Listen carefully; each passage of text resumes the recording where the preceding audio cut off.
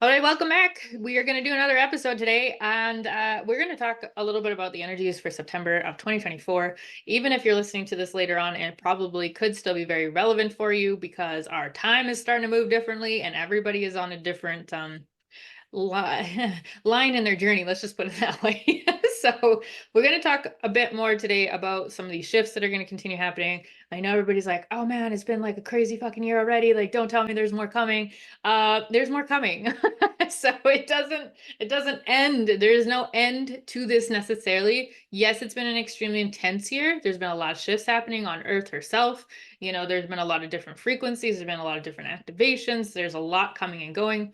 And this year has been very intense, but the thing about it is like we do still have 4 months left of this year, but it doesn't mean it has to be intense in a bad way. So we want to talk more about how things are shifting, what we could maybe kind of expect a little bit more out of September alone. And we're also going to talk a little bit more about the veils. And the reason for that is once again because it is also changing and it's not going to go back to the way it was either. So it's exciting times though. And that's the thing I think that I'm more excited to talk about is the fact that this is actually really exciting times. It doesn't need to be scary and intense and being like, oh my God, everything's changing and nothing's going to be the same.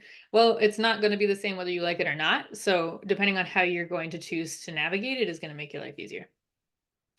Yeah, and no one's immune. Everybody's in it. And so, it really is, your choice and how you're going to surrender. Are you going to keep rowing against the current in your boat? Or are you going to pull up the oars, as Dayna likes to tell me, and just ride the wave? I mean, you can make it easier for yourself by how you're responding instead of reacting and choosing to walk with trust and faith. And, it's okay to be on your knees occasionally and hand stuff over. It's not a bad thing, even if it's uncomfortable. Um, so yeah, just also know you're not alone. You're not alone in this world. Like as a human, everybody's going through it, and you're also not alone etherically.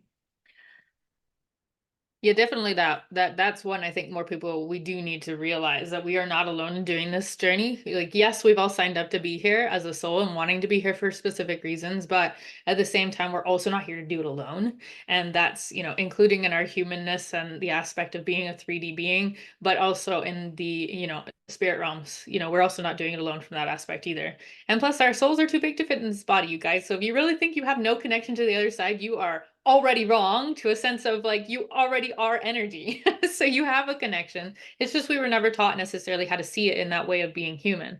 But that's also changing so immensely now that it's becoming undeniable for a lot of people about energy in general or feeling things to different degrees anymore.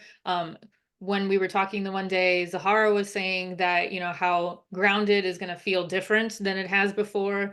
And all that is really entailing is that as the earth changes in frequency, of course, it's going to change our bodies naturally too, because our bodies are going to go with that frequency. It really doesn't have a choice. We're here. So it's again about remembering whatever may have worked for you in the past as well. If you're feeling like, hey, it's really not working the same way or it doesn't feel the same, it's okay. It doesn't mean something is wrong or it's not working. It's just going to be different. And I think the other important piece, especially for the last 4 months of this year, is losing the expectation of what something should be, because it's also going to start showing up in many different ways. So even grounding was something interesting. I don't think I even told you about this. I had a little conversation with myself walking down the stairs the other day. And imagine that, me in the stairs again. But I thought to myself, what does grounded even mean? Because I think that means something different for every single person as well. And I Yeah. thought that was quite interesting to even ask myself that, because I was like, for me, I understood what grounded was, but I never really put it into words for myself because I just knew what it felt like for me. And then I thought, but wait a second, I know my groundedness feels a lot different even to your groundedness. So what does grounded even mean? So I want to ask you, what does grounded for you mean? Like how you define it for yourself. Oh man, this is such a great this is a great one. So there is what I would I'm going to cover all of it. So what I would have explained previously, being grounded versus holding ground, and then what grounded is becoming for me now and for others that I see around me, especially those who are star seeds and who know that like definitely resonate with that galactic because I'm working with some people that are that, and the way they ground is very different, right? And it feels very different, and it reminds me more of you. And so for me, it's sending that energy down and connecting with the core of the earth. And there's so much value in that. But I'm learning a lot of these star seeds and their trajectory and path have never learned that type of grounding to go all the way with your energy connecting to the core of the earth. Um, and so, that's that through your chakra pillar, through your feet, sending roots down through all the layers of the earth, however that looks like, whether you're in tune to the physical earth layers or whether you're traveling through crystal caves and whatnot, it's going to be different for everybody, and trusting that, but sending that grounding energy directly down to the core center of the earth, of Gaia, versus spreading out those roots. That is not the type of grounding we're talking about. Not that there's not a place and purpose for that, but for these purposes, it's really connecting to that core, knowing that you are solidly connecting with the earth. And sometimes we need to even visualize our field like further down, almost anchored under the crust of the earth, and then that cord all the way to the corner. And so that for me is what I would say being grounded was for a very long time, especially in the beginning of my journey. That is how I would get in my body. That was the only way I could get in my body to connect with my body. And then I would say there's holding ground. And so holding ground for me is a different experience. It's that grounded connection with the center of the earth, and then opening up my crown and being in full connection to source, and literally being a column, a pillar, a smokestack of light, and extending that cylinder around me so that I'm literally a light pillar holding ground in light, or almost like a pyramid where the base of me is like solidly connected in with the earth. And so when I'm holding ground versus being grounded is two very different experiences for me, but it had to start with being grounded to get in my body first of all. And so um for me as an individual, any of a lot of the practices that other people were teaching to get in my body actually took me out of my body and made me more disconnected and less grounded. Nature was great. There's so many ways to do it. But for me, it was more of really actively working with that energy and utilizing the visualization, and my analytical mind needed that. So now what I'm finding is with helping out in the crystal store and what stones people use for grounding or this or that or the other, what I'm seeing more and more is the stones that people are using to quote unquote ground them. What I'm seeing is these are higher frequency stones instead of the darker colored stones. I'm actually seeing people use a lot of meteorites and tektites and crown chakra stones. And those stones, what it's doing for them is it's literally pulling them into the center of their being here on this planet. And then they're able to start actually grounding to the core. So it's almost like these star seeds were missing a step of coming in first to center and some semblance of peace and calm before they even could begin to connect to that core of the earth. And then once they make that connection, it's like this plug-in that is quite large for them. So it's really fascinating. It's a fascinating subject.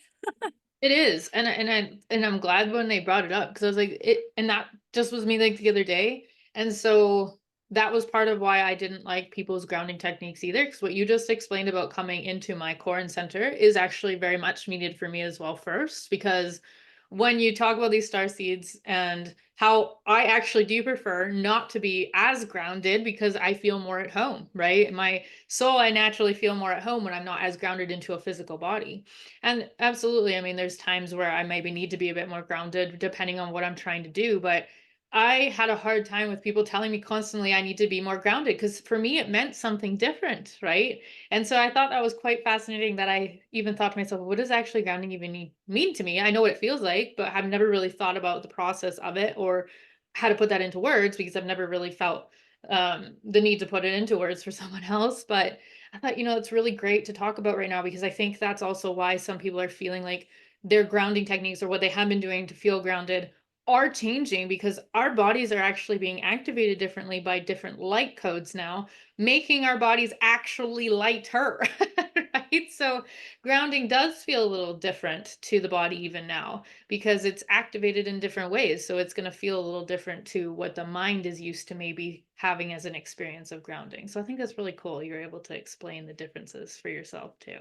Yeah, and it's not even that. The earth is a different frequency. So grounding with the earth, you're literally it's a new baseline. Like Yeah. it's entirely different. Yeah, exactly. And that's the thing about the expectation that all of us will have because we're like, hey, I've had this experience. This is my expectation of what it's going to be to a degree every time I do this. Right. And I mean, that's the same thing. You'll hear people talk about Reiki or energetic healings, and people straight up say it's going to be a different experience every single time you have an experience with it. You have to starting to look at your life and your own routines and your own, rituals even in that way as well, because it is going to be a different experience every time. We're not this earth is not done shifting even in this year yet. There is still bigger shifts to still happen. And so the expectation, we have to be able to lose it. Otherwise, people are going to start, you're going to start making yourself stress out or think that there's something going on or you're not doing it right anymore. But there's no right or wrong. Of course, even if you know that though, it could still kind of creep up on you because you're not getting the same feeling or all those types of things. So I think coming back to revisiting what grounding actually means for you as a soul, like what does it actually mean? For myself, again, like as you explained it, I have to come into the core of my heart center first before I can connect actually with the ground and the earth. And sometimes I don't want to connect with the earth, depending on what I'm choosing to do in that moment as well, right? It doesn't mean I'm not in my body or aware of who I am or what I'm doing. It's just there's different techniques you might want to start looking at for yourself, depending on, what's going on for you. If you feel really loady, floaty or lightheaded or anything like that, then yeah, you probably want to come down into your body a little bit more if you feel more affected by that. Or if you're a person that's used to feeling really grounded and all of a sudden you're feeling a little more airy, that can be a little throw off as well, because if we're used to feeling one way or another, and that's the energy of September, it's going to be a lot like that. It's going to kind of push limits on people and show us that there's something changing and different here for us. You can explore it if you want to. If you're excited by it, that's fantastic. But if you're getting a little like, okay, this is a lot to be handling, and including your body trying to keep up with all that, you can ask to help your teams help you turn down a little bit of that energy or give you a little bit more space so you can actually, process it a little easier. But having no expectations of what that actually is going to look like will also help lose the resistance or the intensity of wanting a certain outcome. Yeah, and they keep bringing me back to this piece just as we're talking about what it means to come to your core, what it means to come to your center. And if you are ungrounded, what's happening, what's even going on? What does it mean to not be grounded, right? Like, and so a lot of people recently are coming to me and they have headaches and they have ongoing headaches. And what the message keeps being is like your crown chakra and your third eye are just blasted open because of what has happened on the planet. It's part of the process. And so, you know what? Just intentionally shrink that down and visualize shrink it down and drop it down into your body. And I've had people that their headaches go away instantly because they don't have an understanding of the energetics. And me, with what I do, I had to learn that. Like that was a process of learning, like, oh, if I'm having a headache, oftentimes it's because I'm walking around with this huge satellite dish receiving information constantly, and my body's like, stop. Like be like come into human, and you can turn it on, you can turn it off as far as the gifts go. So grounding is essential, and knowing how to work with those energetics and bringing you into your center is essential, no matter what's happening always. I was gonna have to sneeze, but I don't. So yeah, no, I agree with you on that though, big time. And the other thing is like, you know, this is a process for every single person here, and it's always going to be different. It's hard because people want that blueprint. They want to see how this is going to work. They want to know what to expect. That's the human parts of ourselves that we're used to wanting to see the whole picture. But it's not possible. We are just at a point on our earth that is so different than any of us have ever experienced as human before.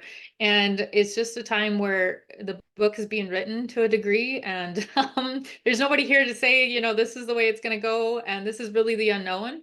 And this is where the more trust you build in yourself and getting to know yourself and being a little bit more aware of how you can help yourself through the energetic processes makes the journey easier, and you do feel like you can pull in the oars finally a little bit, knowing that, hey, whatever's going to happen here is going to benefit all of us no matter what. And if we can have that outlook, then who the fuck cares about what's actually going to happen in the next moment? If you just know it's going to benefit you and for the highest good of all, then who really actually cares what happens moment to moment? Can you ride the wave well enough to let yourself feel less stress? Can you be in the moment with yourself? And when you can do that, you'll start to notice other people doing the same, or seeing you as like, hey, if that person can do this, maybe there's something here for me too, that I can kind of be in that vibration as well and learn from. So if you can't do it for yourself, do it for other people. Like that was such a good motivator for me too, to like actually work through my shit, as I've mentioned in other episodes that we've done. But it's still, even now, like it's like, okay, well, if I can still stay in my boat and like kind of be the beacon per se to show other people that it's possible, then it makes me feel better about going through the challenges or whatever might be going on in your life. It just makes it easier to be like, hey, it's not going to last, for one, and Yeah. two, it always has to have a benefit of some kind. So if we can pull in the oars and be the light at the end of the tunnel for others, why not? Let's do this a different way this time. The earth is changing. Now, this is also where your free will will always come into play, though. Just because you're here and things are changing doesn't mean you don't still have choice of which kind of reality you want to be in, right? We can live in a reality that is of the old ways, old patterns, old pain, old suffering, all the things. But if you want change, we do have to be different people to see that change. So that's where the uncomfortable parts come. But I also find the energetics are actually making that easier now than it probably ever really has been in the past. It's easier to recognize now, I find, rather than getting sucked into like an old pattern. It's like a week and you're like, motherfucker, how long have I been here for? By the time you finally realize it, I feel like it's easier to recognize now than it has been in the past. Yeah, and I feel like a good gauge with all of this as we're navigating through what's going to happen, like it's always a safe bet to just turn off all the noise. Like if you're feeling overwhelmed and things are going on and things are shifting, and it's like just narrow your focus, turn off the noise, turn off the distractions. Like that's part of coming to your center. And it's one of the things, it's the way one of my friends is able to relate, like in her language, right? It's what works for her, and I might describe it very differently, but I just put it out there if it's helpful for someone who's going to listen to this, of like just turn off the volume, shut off the noise. And I'm not even talking about just external. I'm talking about in your head. We could do a whole podcast on the worry energy because I'm an expert at that one.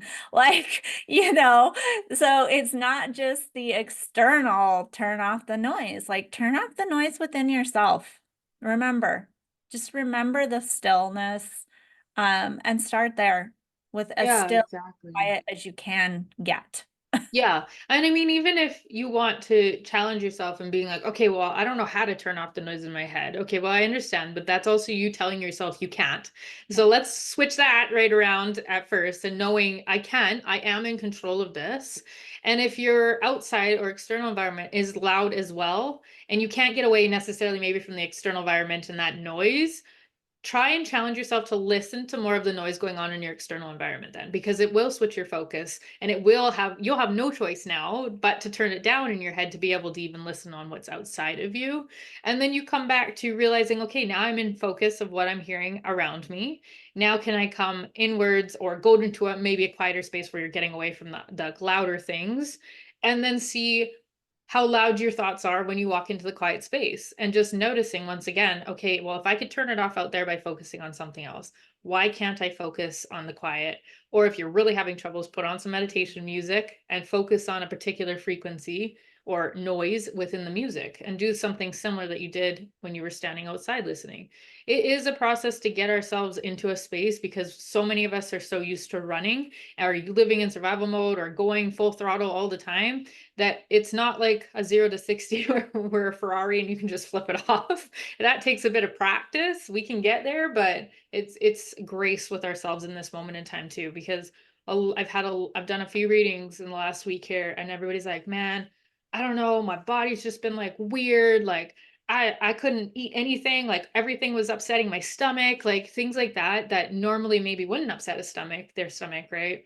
But again, that's part of the integration of all this energy as well. Like we do have to have grace and knowing that it does take a bit of time. These are physical 3D bodies. They're as dense as you can get, and it takes a little bit of time to integrate all this new stuff.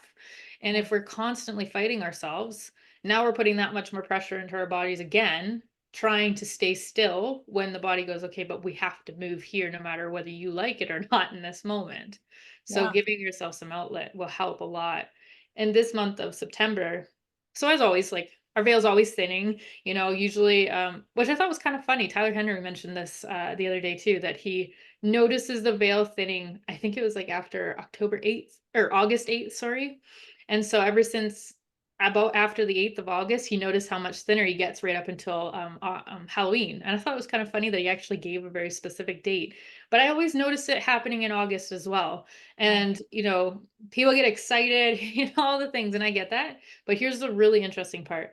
More of the phenomenon that you'll hear people talk about is actually going to start happening more regularly in our physical world, not to scare the shit out of anybody, but just having these moments where you're like, wow, that was so strange. Like that was the strangest experience. We're going to bring up exactly what just happened to you right before we got on here, actually. Because Dayna and I were getting prepared to jump on here and do this podcast. And then she comes back and she's like, oh, did you call my name and like say something? And I was like, no, actually, I was out of the room too. I was gone to get my water bottle. She's like, I swear I heard something, right? And I had a moment like that actually at my parents' place. I thought I heard somebody come through the house, like walk through the house, and their house is quite long. Yeah. And again, this was just when I was just there last week or whatever it was. And nope, there was nobody in the house. So, I knew it was my family. I didn't think twice about it. But I understand that if people aren't really used to having these kinds of experiences, you can get a little freaked out by it, but don't freak out so much by it because this is going to become more normal in this world as our energy frequencies change as well. We're getting closer to the energetics of the realms. So Halloween's exciting times for many people, but some people are like, holy fuck, I hate Halloween. I hate it. It's all scary. I don't like it at all. I don't want anything to do with that. I get you. I used to be like that too, because it was very intense. The energy around Halloween is very intense. You can feel a lot of things, at Halloween. And yet at the same time, remember you still have the control of that. Just like turning down the volume in your head, you can turn down the intensity of that energy in your own field. So if it's really not something you want to have an experience with, you still have that choice of experiencing it or not. Just don't be freaked out when people are like, hey, I had this weird, strange experience. Can I tell you about it? Because they might start talking more about these different things. Yeah, it reminds me of a session I literally just got off of today when she was talking about how she can see her multiple existence. The veil is so thin that she's walking in multiple realities at once and can see all those. And I very much have had that experience before. So, there's it might feel uncomfortable. Just know that no matter what, you're okay, you're safe, you're protected. There's no reason to, like it could be startling, but you're safe and you're protected. And you will calibrate to the new reality that you choose. And if you are scared, reach out to a resource. That's why we're here. That's why there's so many others here. There's so many resources at all different levels and all different ways that can resonate with you as an individual, unique being to help you through it, right? To help you understand it better so that you can come to a place of acceptance with it. Yeah, and finding your own truth. But we have done a podcast episode on that. So if you haven't heard that one, go check out that because finding your own truth is going to be important as we move forward as well. So The other piece, again, is just coming back to remembering you're not doing this alone. Just as Dana mentioned, we have groups of people in human form able to help, or, you also have the capability of being able to ask your own team for space or asking, for a little extra help here and there. So don't be afraid to utilize it. We all need our own proof to certain degrees. We need to all find our own truth within all of this, but it is just, kind of like a heads up, I guess, in an energetic way that this is, it's going to be a bit of change is still happening, and it gets to be fun. It gets to be exciting. But again, just remembering the less you try to resist or control, the easier it will be. And the less intense you might feel as though you're fighting the world is what it feels like to me. Like, when you just feel like you're against the world, that doesn't necessarily need to happen. It's usually just us fighting with ourselves. So get to know yourself, check it out, how you're feeling, just, tap in and go from there. And if you ever need help, we're here. We do awesome things in our community these days. So we have lots of different options of being able to connect with us if you're looking to connect with us. And yeah, until then, I mean, well, I don't have much else to add next to this because I'm starting to lose my words because I'm getting excited about all these things. Yeah, it's just, you can also feel free to comment on our episodes and ask us questions and start a conversation in the comments on these episodes as well. We are accessible, and if you have the question or are unsure, it's likely somebody else has the question as well. And we're here to serve. So by answering your question, we're going to be serving not just you, we're going to be serving other people as well.